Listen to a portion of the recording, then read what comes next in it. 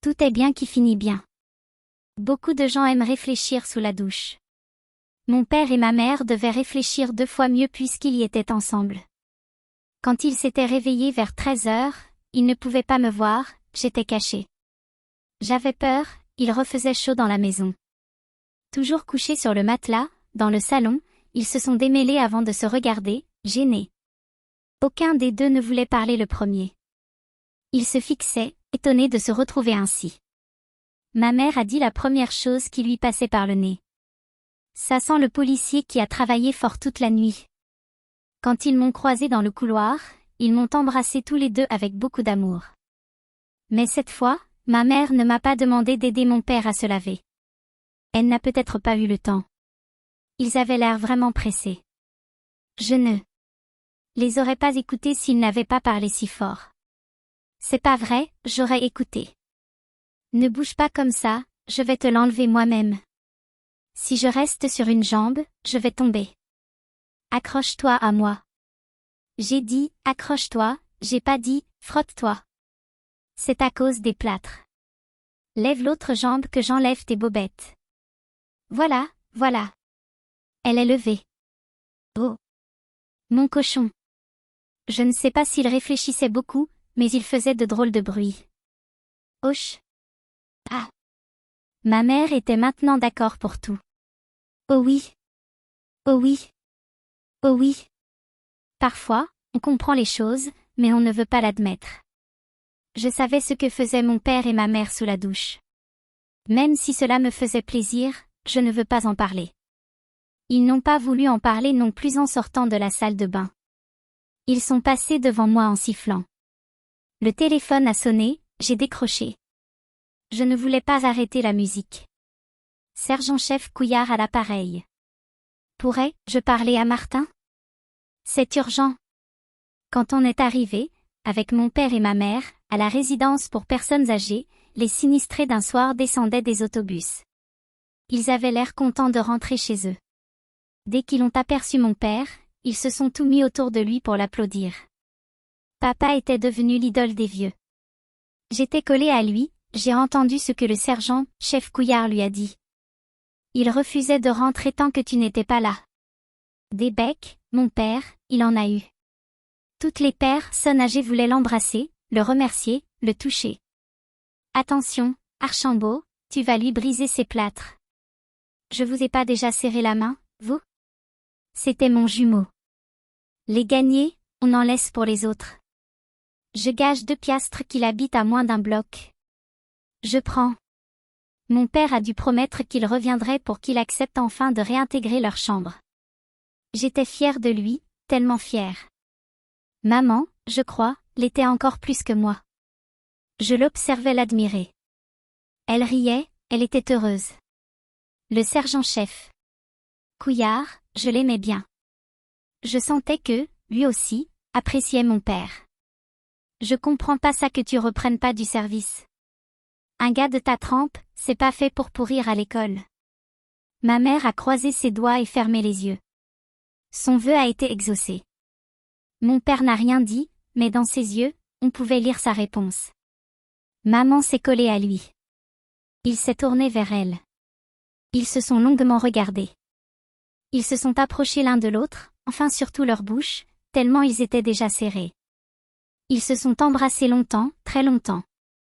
Là, c'était vraiment comme dans un film. Même le sergent-chef Couillard a essuyé une larme tellement c'était beau. Je n'ai pas fermé les yeux, je ne voulais rien perdre de ce moment. J'ai attendu de bien voir devant mes yeux le mot. Fin, comme dans un film. Je l'ai enregistré dans ma tête, j'allais pouvoir me le repasser toute ma vie. Dès qu'on est entré dans le salon, papa s'est installé dans son fauteuil.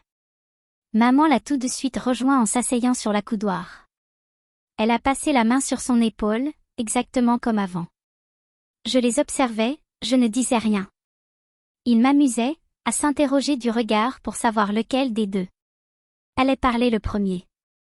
Je n'étais pas pressée. On n'est jamais à 2 minutes près quand c'est pour toujours. Je savais ce qu'il allait me dire, mais cette fois, j'avais envie de l'entendre. À l'école, personne ne me l'avait jamais raconté. Je voulais le savourer. On a réfléchi. On a peut-être été un peu vite à prendre une décision. On s'est rendu compte qu'on s'aimait encore très fort et qu'on avait certainement plein de choses à vivre ensemble. Donc, on ne veut plus se séparer. Tout va redevenir comme avant. Pas comme avant, mieux encore. Je les regardais attendre que je parle. J'ai hésité à leur dire que j'y étais peut-être pour quelque chose dans la réflexion. Mais j'ai voulu leur laisser le dernier mot, c'était quand même mes parents. Ils se sont regardés comme s'ils venaient d'échapper au pire. On en doit une belle au ciel. Sans cette catastrophe. T'imagines, mon amour? Dans ma chambre, je n'ai pas regretté de ne pas leur avoir raconté mon secret. À quoi bon? Dans mon lit, je me suis couchée sur le dos. J'ai regardé le plafond. Il était blanc, mais blanc comme avant. On n'allait pas me partager, je ne serais pas le quatorzième de la classe à migrer chaque semaine, au chalet, on y retournerait à 3. Je me suis tournée vers la fenêtre, mais de mon lit je ne voyais pas le ciel. Je me suis levée, je devais lui dire en face. Je l'ai regardé, il était blanc. Il éclairait un sol encore couvert de glace. Je n'en revenais pas de ce qu'il avait fait pour moi. Je suis restée un bon moment avec lui. J'ai cherché comment lui dire au revoir. Je ne voulais pas me perdre dans mes mots. J'espère ne pas l'avoir déçu. Merci de m'avoir entendu. Quand je suis revenue dans le salon, la télé était allumée, pourtant, mes parents n'étaient pas là. J'ai voulu aller l'éteindre, mais à ce moment, au canal des nouvelles, la carte de la météo s'est affichée. Même si le ciel ne m'avait jamais trahi, je voulais être certain qu'il m'avait bien entendu. Je n'ai pu me retenir de sourire. Décidément, le ciel ne faisait jamais les choses à moitié. Pour demain samedi, du soleil partout et un grand ciel bleu pour toute la région de Montréal. Les spécialistes de Météo Canada sont formels, il ne tombera plus de verglas, la tempête du siècle est bel et bien terminée. Clic. J'ai éteint la télévision et je suis allée vers mes parents. Ils étaient dans le petit bureau. Papa finissait de taper sa lettre pour démissionner de l'école de police. Maman, la tête au-dessus de son épaule, semblait déguster chaque mot qu'il alignait sur l'écran de l'ordinateur. Une fois la feuille imprimée, mon père l'a signée, puis il a plié la lettre qu'il a mise dans l'enveloppe, déjà timbrée, que lui tendait ma mère. Il s'est levé en me souriant. Tu viens avec nous la poster? Oh, oui. On est tous allés dans le couloir pour s'habiller. Alors que ma mère l'aidait à enfiler son manteau, mon père m'a regardé avec un grand sourire comme « Place ». Franchement, je serais toi, j'en profiterais pour filmer notre rue. Des catastrophes de cette ampleur, tu n'es pas prêt d'en revoir dans ta vie. Moi, par exemple, je n'avais jamais vu ça. Papa a raison, c'est dommage de pas te servir du cadeau que nous t'avons acheté à Noël. J'ai pas le goût. Je ne sais pas si c'est d'avoir écrit sa lettre pour réintégrer la police active, mais j'ai eu la certitude que l'instinct du policier, il l'avait déjà retrouvé. Ça devait se lire sur ma face, que je mentais. Peux-tu me montrer ton caméscope? Il ne fallait pas que je gâche la plus belle journée de ma vie. Je devais dire la vérité. Quoi? Dans le bureau de la directrice pédagogique?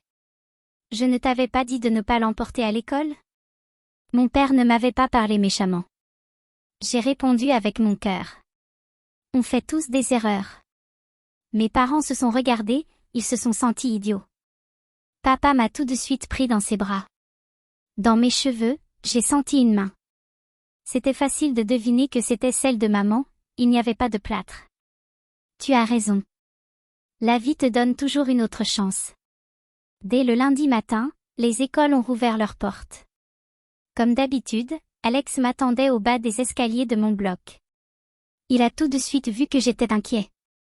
Il m'a regardé avec un petit sourire et m'a donné une petite tape amicale sur l'épaule. Sans un mot, il a ouvert son sac d'école et en a sorti une enveloppe qu'il m'a tendue. C'est quoi, ça? C'est Julie qui l'a écrit. Pourquoi elle a fait une lettre? Pour le caméscope. Tu lui as dit que je l'avais filmé? T'inquiète pas, elle est gentille.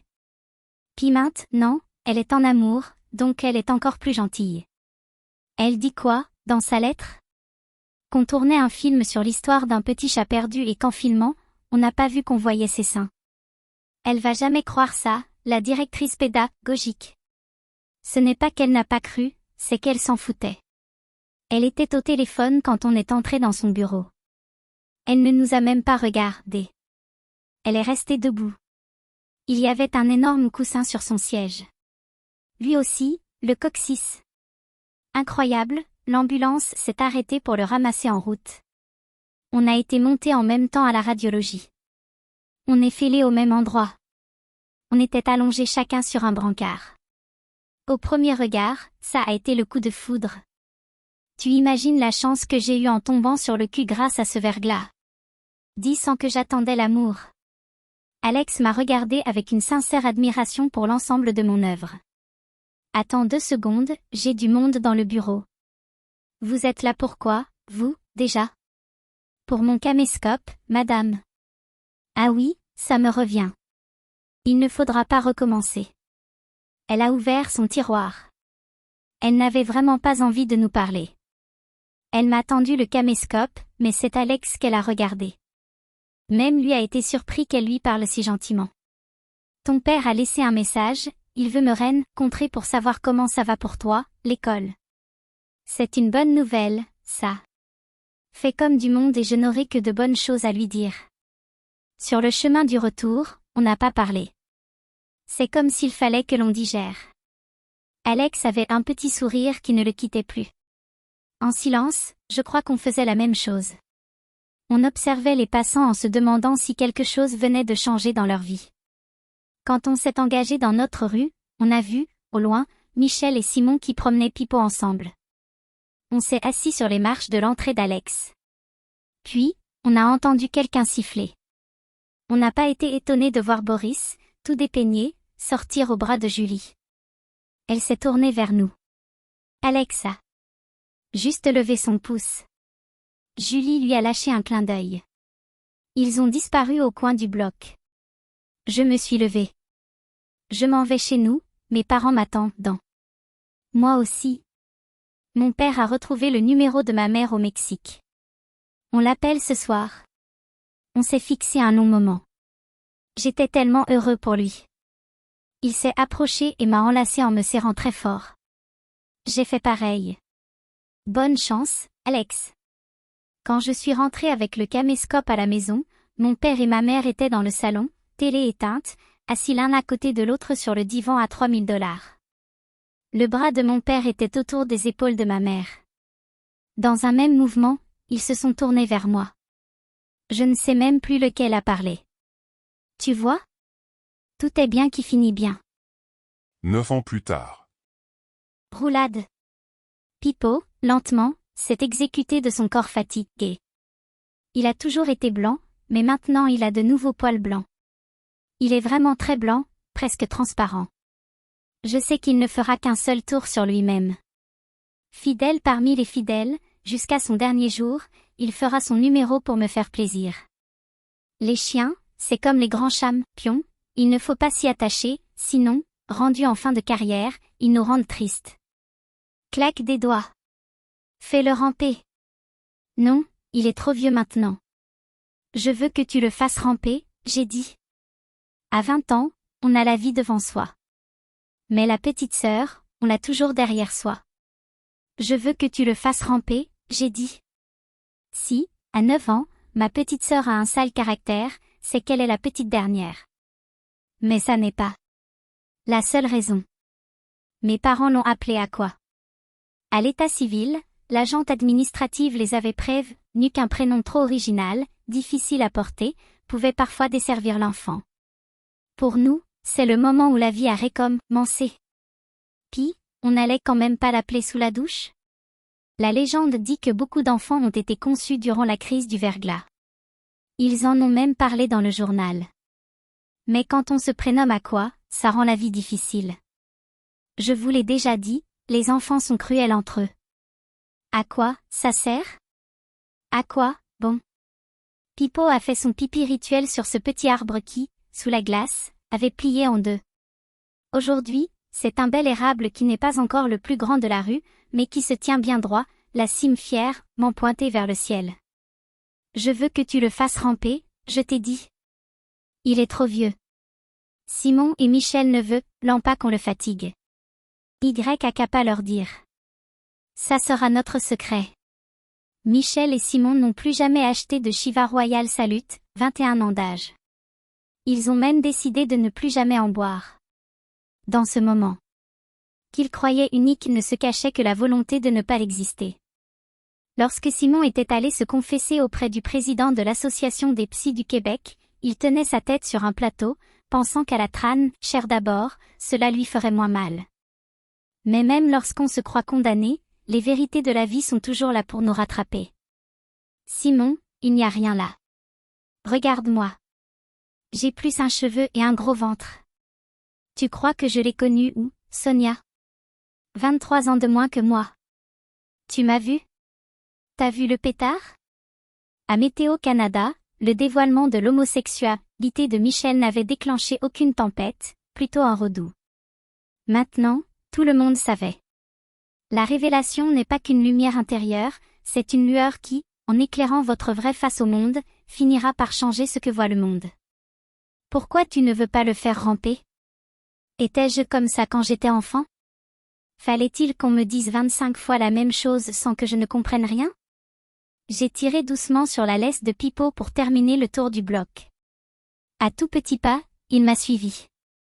Mon cellulaire a sonné. On m'appelait de la maison. Ici le sergent-chef papa. Les jumelles viennent d'arriver. Pipo, on rentre. Je veux que tu le fasses ramper. Ferme-la et cours.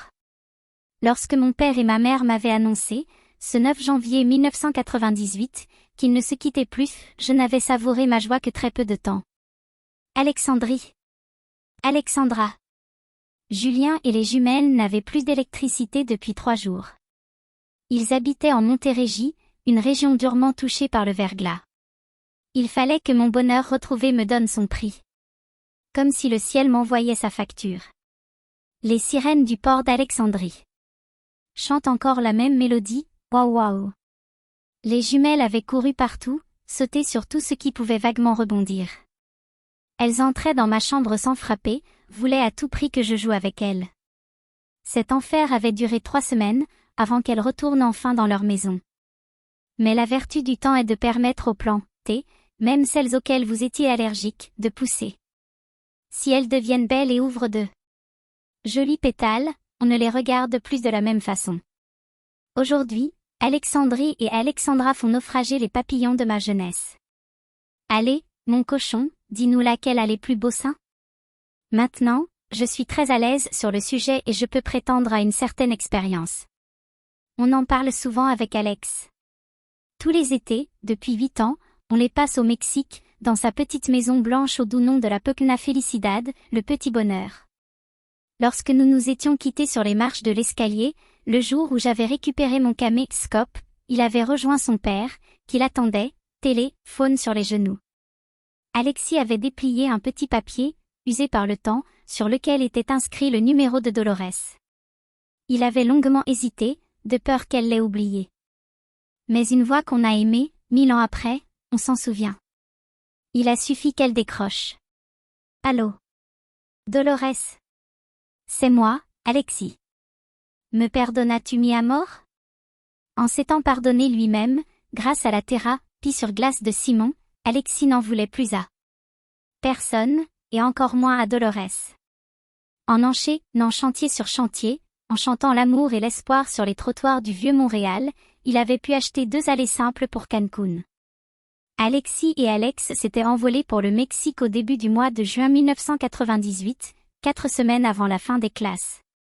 La directrice pédagogique ne s'était pas opposée à ce qu'Alex manque le dernier mois de cours, il était devenu un si bon élève. Mais ça lui avait brisé le moral, qu'elle avait pourtant au plus haut depuis ses fiançailles avec son blessé du coccyx. Elle avait même dû prévenir le directeur de l'école. Il faut annuler la fête prévue à la cantine après la finale de Génie en herbe. Sans Alex, l'école n'a plus aucune chance de gagner. Le monde a besoin d'outsiders qui finissent par franchir la ligne d'arrivée en vainqueur, sinon l'espoir ne serait qu'une course sans fin. Je veux que tu le fasses ramper, je t'ai dit. Ma sœur aux trousses, j'ai monté 4 à 4 les marches vers mon appartement avec Pipo dans les bras, trop heureux de ne plus avoir à faire travailler ses 4 maigres pattes. Je vais dire à maman que tu as été méchant avec moi. Comme tu veux. Mais tu ne pourras pas jouer avec Olga sur mon ordinateur. Olga est la meilleure amie d'Aqua. Ça n'est pas un hasard. Le ciel l'a certainement voulu. Elles sont nées le même jour, presque à la même heure, à l'hôpital Sainte-Justine. Olga ne se moque jamais du prénom de ma sœur. Une seule fois, alors qu'elle se chicanait à propos d'une poupée russe, elle s'était essayée. Aqua, Riom. Si ma sœur lui avait vite pardonné, Boris l'avait très mal pris. Olga. On ne se moque pas du doctorat de papa. Boris avait beaucoup changé depuis qu'il était docteur en mathématiques à l'université McGill.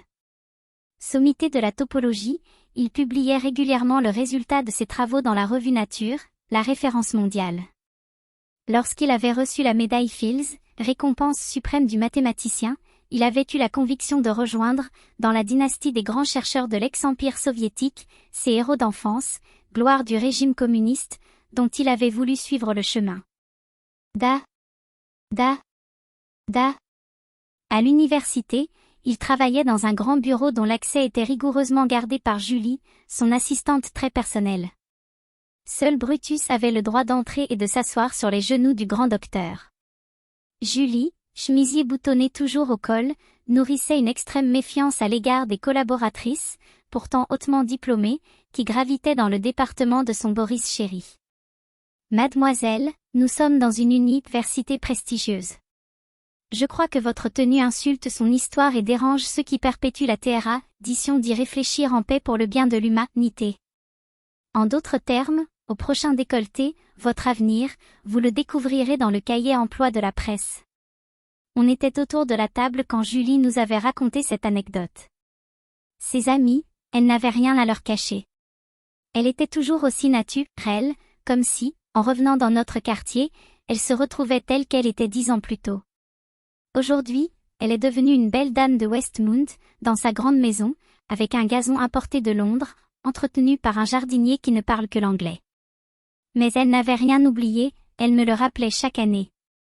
Toi, t'as de la chance, il y a prescription pour avoir filmé mes boules. Seul Michel n'avait pas entendu. Il préférait jouer avec les enfants. Avec Simon, il s'était marié mais n'avait jamais pu adopter. Duralex, Cedlex. Aqua et Olga étaient les plus grandes, mais maintenant elles devaient partager les jouets avec Natacha et le petit dernier, Igor, ou Pommette aussi saillante que son père. Maman elle dit que papa, il comptait beaucoup de buts en désavantage numérique.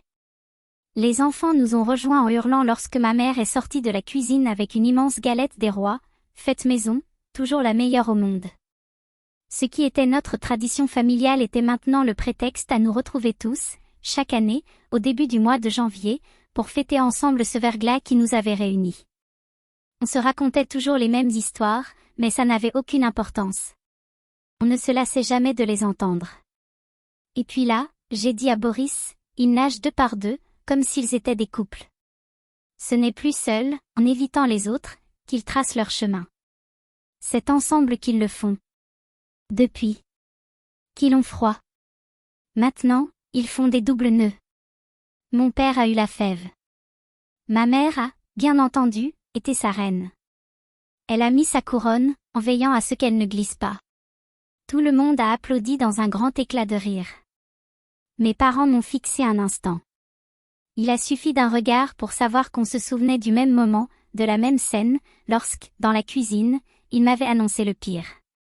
Maman et papa se sont serrés l'un contre l'autre, m'ont souri, puis se sont embrassés. Tout l'après-midi, je me suis délectée de cette tablée qui semblait tant s'aimer. On ne se voyait plus qu'une seule fois par an, mais on se savait lié pour toujours par un incroyable événement naturel, peut-être même surnaturel.